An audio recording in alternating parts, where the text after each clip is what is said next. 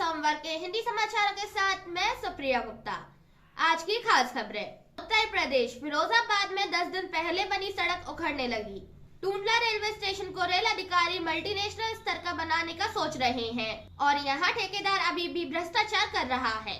Railway परिसर में करीब 10 दिन पूर्व बनी सड़क अब उखड़ने लगी है।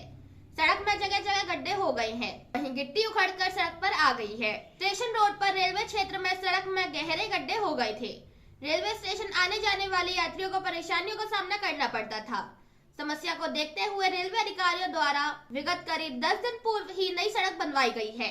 ठेकेदार द्वारा सड़क निर्माण में घटिया सामग्री का प्रयोग करते हुए डामर का प्रयोग कम किया है।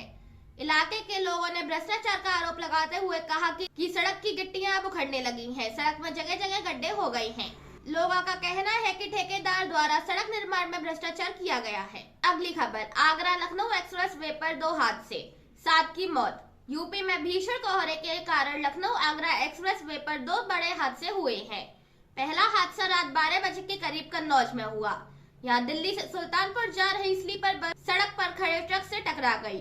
तेज रफ्तार होने के कारण बस एक्सप्रेस वे के नीचे गिर गई।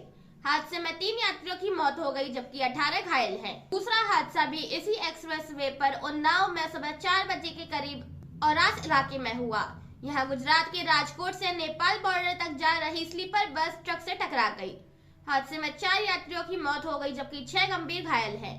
यह दोनों हादसे एक ही एक्सप्रेस वे पर 50 किलोमीटर की दूरी पर हुए हैं। अगली खबर, महाराजगंज में एक तरफा प्यार में 6वीं की छात्रा की भर्ती मांग। महाराजगंज जिले से एक अजीबोगरीब मामला सामने आया है।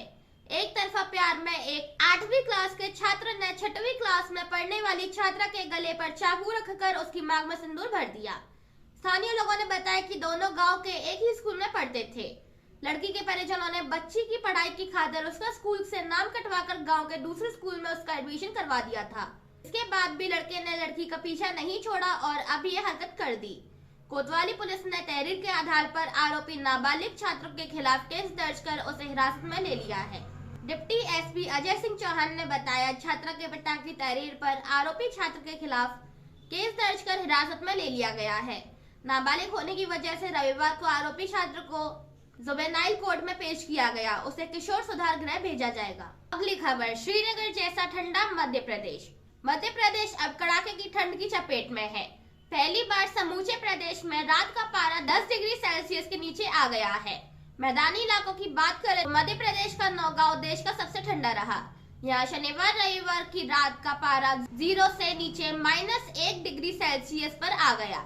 इसी समय कश्मीर के श्रीनगर में तापमान -0.1 था। मध्य प्रदेश में 21 साल बाद किसी शहर में पारा माइनस में पहुंचा है। राजस्थान का चूरू -0.5 डिग्री सेल्सियस के साथ दूसरा सबसे ठंडा रहा। मध्य प्रदेश में आज यानी सोमवार को भी ठंड का जोर रहेगा।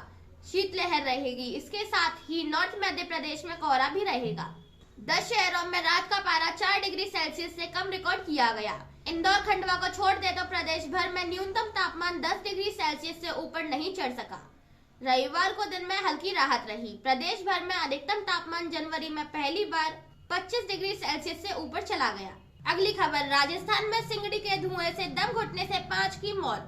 सर्दी से बचने के लिए कमरे में सिंगड़ी जलाकर सोए परिवार के 3 लोगों की मौत हो गई। 3 महीने के मासूम की हालत गंभीर बनी हुई है। मरने वालों में मां बेटी शामिल है। मामला चूरू जिले के रतनगढ़ का है। सीआई सुभाष जारडिया ने बताया कि रविवार रात को गौरीसर गांव निवासी अमरचंद प्रजापत की पत्नी सोनी देवी 58 वर्ष, बहू गायत्री देवी 36 वर्ष, पत्नी राजकुमार, पोती तेजस्विनी 3 वर्ष और 3 महीने का पोता खुशीलाल एक कमरे में सो रहे थे। रात को सर्दी से बचने के लिए सास बहू ने कमरे में सिंगड़ी जला रखी थी। सोमवार सुबह करीब 8 बजे तक उनके कमरे का गेट नहीं खुला तो अमरचंद्र ने दरवाजा खटखटाया। अंदर से कोई आवाज नहीं आई। अमरचंद्र ने खिड़की तोड़कर देखा तो सभी लोग चारपाई पर सोते नजर आए। कोई हलचल नहीं थी। 3 महीने का पोता खुशीलाल रो रहा था। शुरुआती जांच में सामने आया कि रात को कमरे में सिंगड़ी जली हुई थी। खिड़की दरवाजे बंद थे। सिंगड़ी से निकले धुएं से कमरे में कार्बन मोनोऑक्साइड गैस बढ़ गई। इसी गैस के कारण दम घुट गया और सास बहू और पोती की मौत हो गई।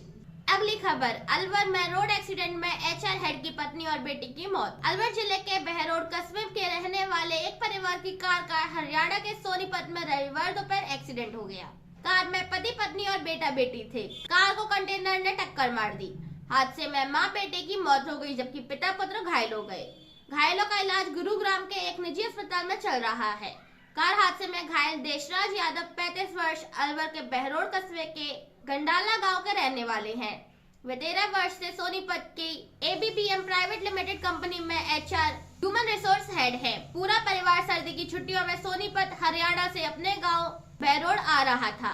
दिल्ली जयपुर राष्ट्रीय राजमार्ग पर रविवार दोपहर 3 बजे देशराज की कार को कंटेनर ने टक्कर मार दी। हादसे में देशराज की पत्नी सरिता 31 वर्ष और बेटी पिंकी 10 वर्ष की मौत हो गई। देशराज और उसका बेटा भविष्य 5 वर्ष को स्थानीय पुलिस ने लोगों की मदद से गुरुग्राम के अस्पताल पहुंचाया। परिवार के 2 सदस्यों की मौत की खबर मिलने के बाद बहरोड स्थित घर में कोहराम मच गया। आज के समाचार यहीं तक, फिर मिलेंगे अपडेट समाचारों के साथ। तब तक के लिए जय हिंद, जय भारत। देखते रहिए जय करौली न्यूज।